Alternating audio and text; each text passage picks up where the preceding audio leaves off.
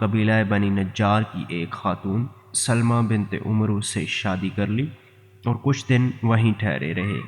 پھر بیوی کو حالت حمل میں السلام علیکم اسلامک وائسز کے معزز دوستو، آج ہم خاندان نبوت صلی اللہ علیہ وآلہ وسلم کے بارے میں وضاحت سے بات کریں گے۔ نبی صلی اللہ علیہ وآلہ وسلم کا خانوادہ اپنے جد اعلیٰ ہاشم بن عبد مناف کی نسبت سے خانوادہ ہاشم کے نام سے معروف ہے، اس لیے مناسب معلوم ہوتا ہے کہ ہاشم اور ان کے بعد کے بعض افراد کے مختصر حالات پیش کر دیے جائیں۔ ہاشم بنو عبدالدار کے درمیان عہدوں کی تقسیم پر مصالحت ہو گئی تو عبد مناف کی اولاد میں ہاشم ہی کو سقایا اور رفادہ یعنی حجاج کرام کو پانی پلانے اور ان کی میزبانی کرنے کا منصب حاصل ہوا۔ ہاشم بڑے معزز اور مالدار تھے۔ یہ پہلے شخص ہیں جنہوں نے مکہ میں حاجیوں کو شوربہ روٹی سان کر کھلانے کا اہتمام کیا۔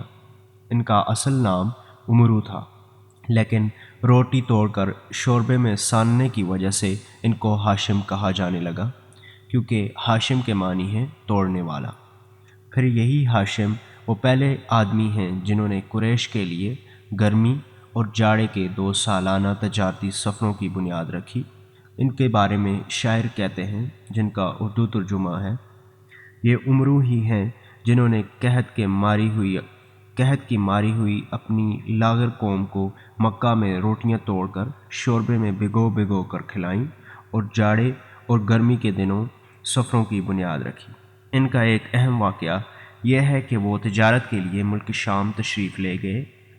راستے میں مدینہ پہنچے تو وہاں قبیلہ بنی نجار کی ایک خاتون سلمہ بنت عمرو سے شادی کر لی اور کچھ دن وہیں ٹھہرے رہے۔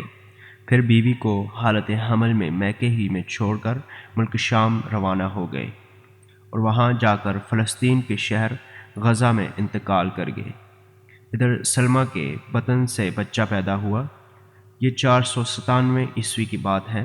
چونکہ بچے کے سر کے بالوں میں سفیدی تھی، اس لیے سلمہ نے اس کا نام شیبہ رکھا اور یثرب میں اپنے میکے ہی کے اندر اس کی پرورش کی۔